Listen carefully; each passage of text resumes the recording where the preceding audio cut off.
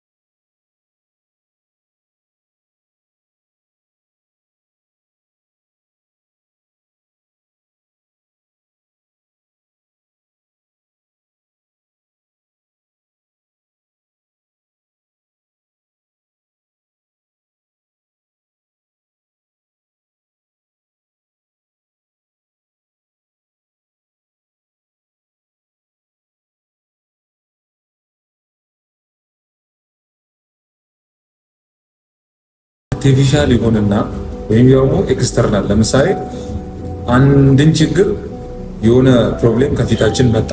ያን ፕሮብሌም ለማለፍ ያለን ምርጫ ያን ነገር ኤክስፒሪየንስ ማድረግ ነው፣ ወይ ደግሞ እንዴት ይታለፋል ብለን ከዛ ነገር ጋር እንትን ማለት ነው። ብንወድቅም ልንነሳ እንችላለን። ፍርሃት ግን ባትሞክረው ብሎ ነው የሚነግርህ እንጂ ብትወድቅ ትነሳለህ ብሎ አያሳይህም። ፍርሃት አንተን ከዛ ነገር የመጠበቅ እንትን ብቻ ነው የተሰጠው እንጂ አንተን ሰክሰሲቭ የማድረግ ምናምን አይደለም። አላማው ፕሮቴክት የማድረግ ብቻ ስለሆነ ምን ያደርጋል? ከፊት ያለን ነገር እንዳታገኘው፣ እንዳትጋፈጥ። ለምሳሌ ሳይክል መለማመድ ብትፈልግ መውደቅ ሊኖርብህ ይችላል። ሰውነትህ ግን ውስጥ ያለ ፍርሃት እንዳትወድቅ ነው አንተን ፕሮቴክት። ያን ደግሞ ሲያደርግ ከፊትህ ሳይክል መልመድ ለአንተ ስኬት ቢሆን ወደዛ ነገር እንዳትደርስ ያደርግሃል። ሪሌሽንሺፕ መጀመር ፈለገ ልታወራ ስትል ብትከዳስ እንቢ ብትባልስ ብሎ ያስፈራራሃል። ቢዝነስ ልትጀምር ስትል ብትከስርስ ይልሃል። የሆነ ነገር ልታደርግ ስትል አርቲፊሻል ከውጭ የሆኑ እንትኖች ይመጡና ይከቡህና አስፈራርተው ቆልፈው ነው የሚያስቀምጡት። እና ፈሪ ሰው ይሳካለታል ብዬ አላምንም። ዓለም ላይ በጣም ስኬታማ የሚባሉ ሰዎች ደፋሮች ናቸው። አይሞክርም የሚባሉ የሞከሩ ናቸው።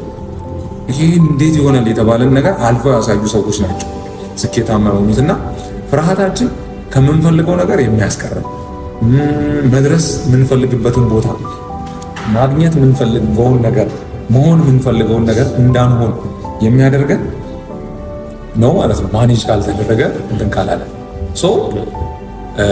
ፍርሃታችንን ኮንትሮል ልናደርገው ይገባል፣ ልንቆጣጠር ይገባል። አለበለዚያ የሚጎዳን የሚገለን ውስጣችንን ቦርብሮ ባዶ የሚያደርገን ነገር ነው። ስለዚህ እንዴት ፍርሃታችንን መቆጣጠር እንችላለን? እንዴት ፍርሃትንስ ማለፍ እንችላለን? ከዛ በፊት ግን ይቅርታ እኔ ማለት መጨመር የምፈልገው ነገር ፍርሃት የአሉታዊ ተጽዕኖ ተብሎ የተወራው ፍርሃት ኤክስትራ ሲሆን ቅድም እንደተባለው አንኮንትሮል የሆነ ሲሆን ፍርሃት በነገራችን ላይ ዲፕረስ ነው የሚያደርገን፣ በጣም ፈሪዎች ነው የሚያደርገን። ኤክስትራ የሆነ ዲፕሬሽን ውስጥ ይከተንና መሆን ከሚገባን ነገር ላይ እንዳንሆን ነው የሚከለክለን። ፍርሃት መሄድ በሚገባን ፍጥነት እንዳንሄድ ነው የሚከለክለን ማለት ነው። ስለዚህ ፍርሃት አንኮንትሮል ከሆነ እዛ ሲስተም ውስጥ ይከተናል። ብዙ ሰዎች መሄድ በሚገባቸው ልክ እንዳይሄዱ የከለከላቸው ከምንም ነገር በላይ ፍርሃታቸው። ምሳሌ ቢዝነስ እያላቸው ሌላ ቢዝነስ መስራት እየቻሉ በፊት በህይወታቸው ያለፈው ነገር በጣም ስለሚያስፈራቸው ፍርሃታቸው ኤክስትራ ስለሆነ አንኮንትሮል ስለሆነ መሄድ በሚገባቸው ልክ እንዳይሄድ ከልክሏቸው ቢዝነሳቸው እዛው ቁጭ ብሏል ማለት ነው። ስለዚህ ፍርሃታችን ኮንትሮል ከተደረገ የምንጠቀምበት፣ ኮንትሮል ካልተደረገ ደግሞ እኛ የምንጎዳበት ነው ማለት ነው። እኔ እንደዛም አስባለሁ በተጨማሪ ማለት ነው። ለዛ ግድ ፍርሃታችንን መቆጣጠር መቻል አለብን ማለት ነው። እንዴት ፍርሃታችንን እንቆጣጠረው? እንዴትስ ከፊታችን ያለን አስፈሪ የሆነ እንድንፈራ የሚያደርጉ ነገሮችን ማለፍ እንችላለን ከፊታችን? ምክንያቱም ይሄን ፕሮግራምን የሚያዘጋጀንበት ምክንያት ብዙ ሰው ከስኬቱ እየቀረ ስላለ፣ መድረስ ካለበት ቦታ እየደረሰ ስላልሆነ፣ ፖቴንሻሉን እያገኘው ስላልሆነ በፍርሃቱ ምክንያት። ምክንያቱም ፈጣሪ እዚህ ምድር ላይ ሲያመጣን ዝም ብሎ አይደለም ያመጣ። የሆነ አቅም አለ፣ የሆነ ኃይል አለ፣ የሆነ ፖቴንሻል አለ እኛ ውስጥ እና እዚህ ምድር ላይ ብዙዎቻችን ፖቴንሻላችንን ይዘን ምንገለው። ይሄ ደግሞ የሚሆንበት ምክንያት የመጀመሪያው ፍርሃት ነው። እና ብዙ አይነት ፍርሃቶች ይኖራሉ። በእርግጥ ኤክስተርናል ፍርሃቶች ይኖራሉ፣ ከውስጥ ደግሞ የሚመጡ ፍርሃቶች ይኖራሉ። ፎልስ የሆኑ ፍርሃቶች አሉ፣ ምንም አያመጡ ግን እኛን ሊያስፈራሩ የሚችሉ። እነዚህ ነገሮች እንዴት ማኔጅ ማድረግ እንችላለን? ኮንትሮል ማድረግ እንችላለን? እንዴትስ ደግሞ ልናልፈው እንችላለን? የሚታለፍ ነገር ነው ወይስ የሚለውን ደግሞ ትንሽ ብናወራበት ደስ ይለኛል። ትክክል ነው። ፍርሃት የሚታለፍ ነው ብዬ አምናለሁ። ምክንያቱም አብዛኞቹ አልፈው አላማቸውን አሳክተዋል።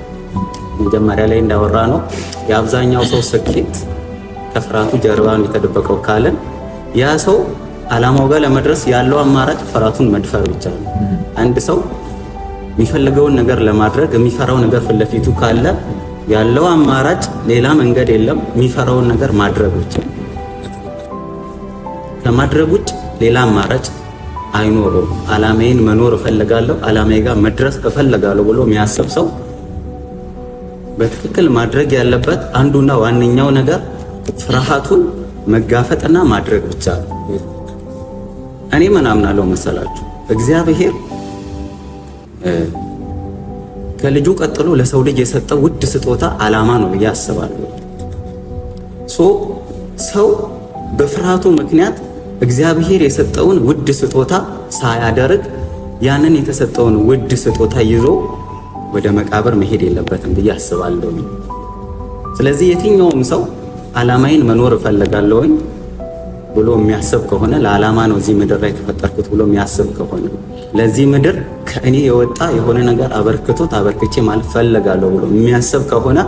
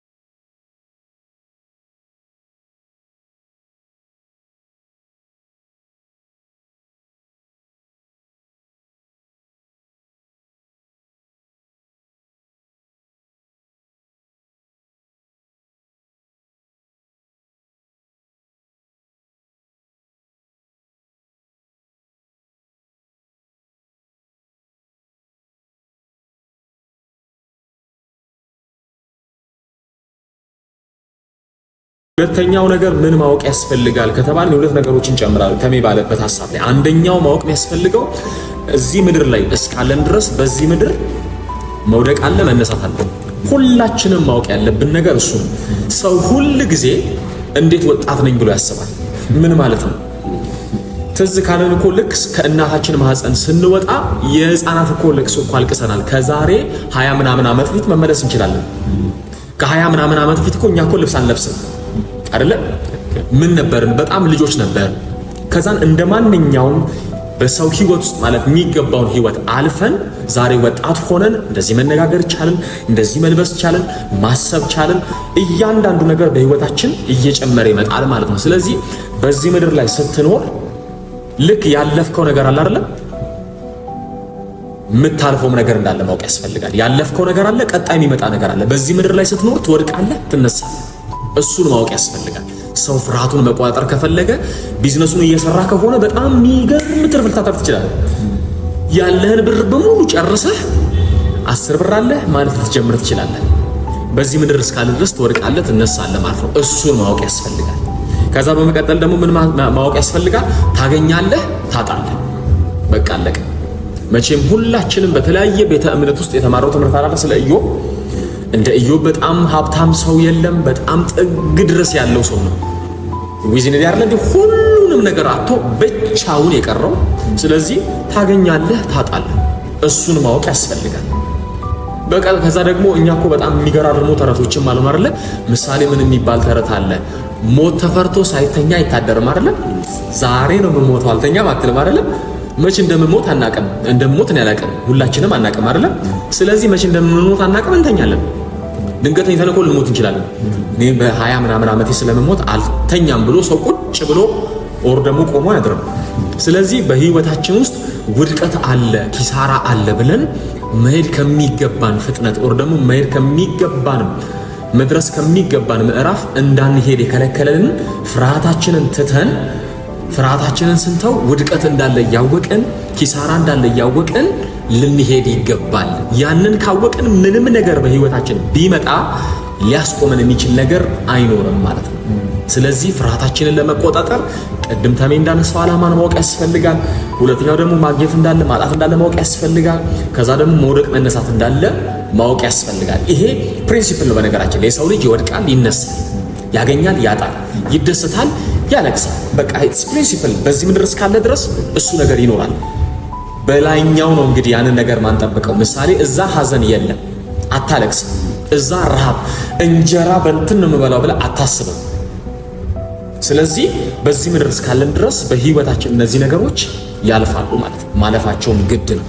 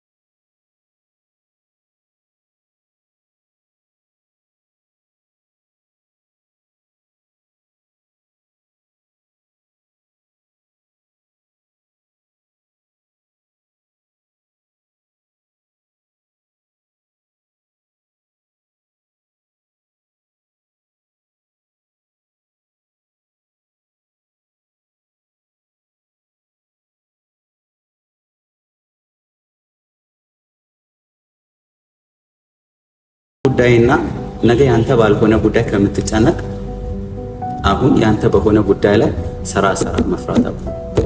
እንደው ትናንት ከተሜ ጋር ስናወራ አንዳንድ ጉዳዮችን ስናወራበት ነበርና እንትን ጫት የሚቅም ሰው በዙሪያ የተለያዩ ሱሶች አሉ።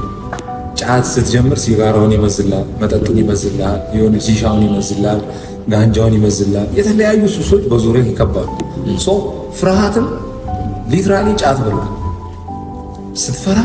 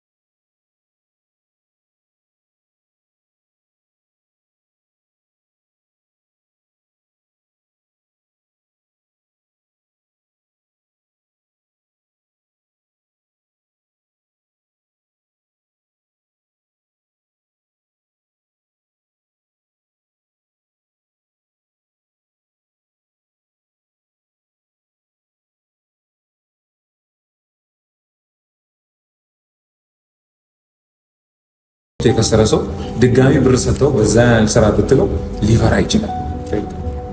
አሁን ሰርተን ደግሞ መተውን ጥለውን የሉን ነገሮች አሉና ከዛ አንጻር እንደዚህ አይነት ሲቹዌሽኖችን ደግሞ እንዴት ማለፍ እንችላለን? እስቲ ትንሽ ብታገር። ኦኬ እሺ። እኔ ማለት የምፈልገው እንግዲህ ፍርሃት ብዙ ጊዜ ጥሎብን የሚያልፈው ነገር ውስጣችን የሆነ ነገር አስቀምጦ ያልፋል። ማለት የተለያዩ ፍርሃት አይነቶች አሉ። ምሳሌ ማናቀው እኛ በታሪክ የምናውቀው አለ አይደለ? ምሳሌ በታሪክ የተመራጩ ትምህርቶች አሉ። እኔ አሁን ናዚን አላውቀውም፣ ግን ናዚ እንደዚህ ነው ተብሎ እኛ ውስጥ የተቀመጠ የሆነ ፍርሃት አለ። አንዳንዴ በታሪክ ሰምተን ምንፈራው ነገር አለ በህይወታችን። እንትና ከስሮ ነበረ ተብሎ ይነገረናል። ያ እንትና የከሰረው ሰውዬ እኛ እኮ ላንከስር እንችላለን። ጭራሽ በእኛ እሱ ጋር ያለፈው ነገር እኛ ጋር ላያልፍ ይችላል። እንትና እኮ ከስሯል፣ ይሄን ያክል ሚሊየን ከስሮ አልፏል እና እሱ ምናምን ልንል እንችላለን። እንደዛ አይደለም። በነገራችን ላይ አንተ ህይወት ውስጥ የሚመጣ ነገር አለ፣ እኔ ህይወት ውስጥ የሚመጣ ነገር አለ። ሁላችንም ከኔ ጋር የሚመጣ አለ፣ ቤኪ ጋር የሚመጣ አለ፣ ሲሳይ ጋር የሚመጣ የተለያየ ቻሌንጅ አለ ሁላችንም ጋር። ሁላችንም የምናልፍበት መንገድም ይለያያል። አንድ ቻሌንጅ እንኳን ቢመጣ ሶስታችንም የተለያየ መፍትሄ ነው ያለን። ሶስታችንም ተመሳሳይ ቢዝነስ ብንጀምር ሶስታችንም የምናቀርብበት መንገድ የተለያየ ነው። የተለያየ ነገር እኛ ጋር ስላለ ማለት ነው። ስለዚህ ምንድነው ጥሎብን ላለፈው ትራውማ ውስጣችን ላስቀመጠው ሜሞሪ ምን ማድረግ አለብን ከተባለ ማወቅ የሚያስፈልገው ቅድም ተሜም አውርቶታል፣ አንተ ማውርተከዋል ቤኪ።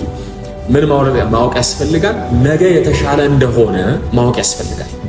ዛሬ ካለንበት ሁኔታ ይልቅ ነገ የተሻለ ቀን እንዳለ ማወቅ ያስፈልጋል። ሁሉ ጊዜ እርግጠኛ መሆን ያለንበት ስላለንበት ሁኔታ እናውቃለን። ስለ ነገ እናውቅም አይደለ? ነገ የተሻለ ግን እንዲሆን እኛ የሚጠበቅብን ነገር አለ። ነገን የተሻለ ለማድረግ ዛሬ መሮጥ ካለበት ሮጣለህ፣ መቆፈር ካለበት ቆፍራለህ፣ ወርደ መስራት ካለበት ወርደ ትሰራለህ። ለምን ትፈራለህ? እንደዚህ በሆነስ ብለህ ለምን ትፈራለህ? በነገራችን ላይ እኛ ይሄ የንግግር እኮ ውጤት ነው አይደለ? እፈራለሁ ካልክ ትፈራለህ፣ አልፈራም ካልክ አትፈራም። በቃ አለቀ። አእምሮ የነገርከውን ነው የሚቀበለው። የሆነ ነገር ስታይ ወድቃለሁ ካልክ ቀድመህ ወድቃለሁ ብለህ ስታስብ ወድቃለህ። በቃ አለቀ። ለምን እንደማትወቅ ለራስህ መናገር ያቅታል። ፖዚቲቭ የሆኑ ነገሮችን ለራስህ መናገር ያስፈልጋል። የምትፈራ ከሆነ ፖዚቲቭ ነገሮችን፣ የምትፈራውን ነገር ማሸነፍ እንደምትችል፣ መስራት እንደምትችል፣ አልፈህ መሄድ እንደምትችል ለራስህ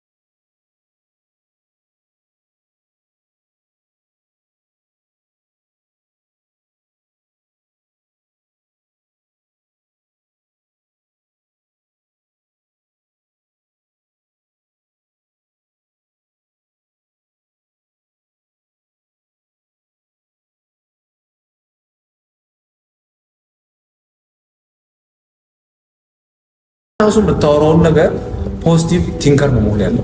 የምታስበው ነገር ፖዚቲቭ ነው መሆን ያለው። የምታወራው ነገር ለምሳሌ እያወራው ነው ግን እየሰማው ነው ማወራው ነው። ሶ አእምሮዬ የራሴን ድምፅ እንኳን ይሰማል። ኔጌቲቭ ነገር ባወራው ቁጥር በጆሮ ይገባል ማለት ነው።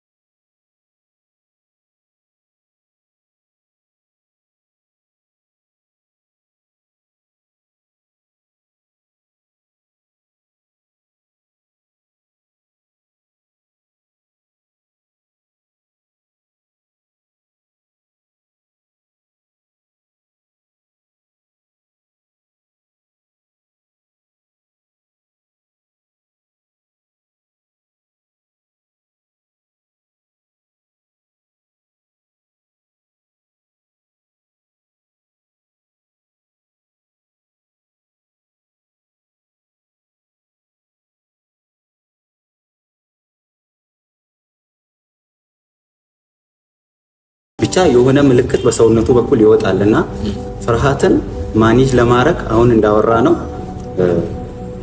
ውስጣችን ፍርሃት እንዳለ ካወቀንና ፍርሃታችንን ከተገነዘብ ነው ለጓደኛ ማውራት፣ ለቤተሰብ ማውራት፣ ከዛ ያለፈ ከሆነ ደግሞ በዛው ዙሪያ አሉ የጤና ባለሙያዎች የጤና ባለሙያ ማማከር መድኃኒቱን ለማግኘት ማለት ነው። ስለዚህ ችግር ያለበት ሰው የግድ መድኃኒት ማግኘት ስላለበት ማለት ነው። ፍርሃት ማኔጅ ከተደረገ በጎ ውጤት ይሰጠናል።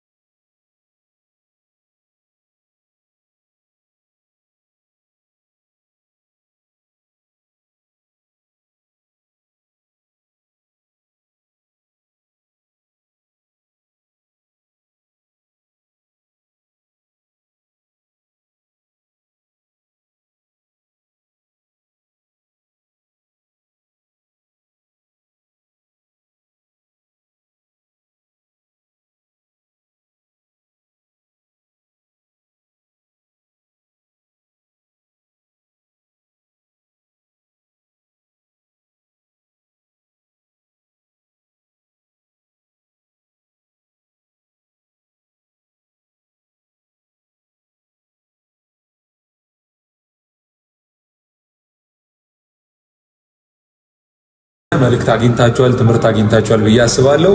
እንደተጠቀማችሁም አስባለሁ። ግን እስቲ እስከዛሬ ድረስ ምን አይነት ፍርሃት ነበረባችሁ? በፍርሃታችሁስ ምክንያት ደግሞ ምን አይነት ነገሮችን አጣችኋል? አስተያየት መስጫው ላይ ጻፉልን። በቀጣይ እንድንሰራላችሁ የምትፈልጉትን ሐሳብ እንድንሰራላችሁ የምትፈልጉትን የስኬታማ ሰው ታሪክ ኮሜንት ላይ ጻፉልኝ። በቀጣይ በአስተማሪ የስኬታማ ሰዎች ታሪክና እንዲህ አይነት ጠቃሚ ውይይቶች እስክንገናኝ ድረስ በደህና ቆዩልኝ። በብልሃት እንኑር።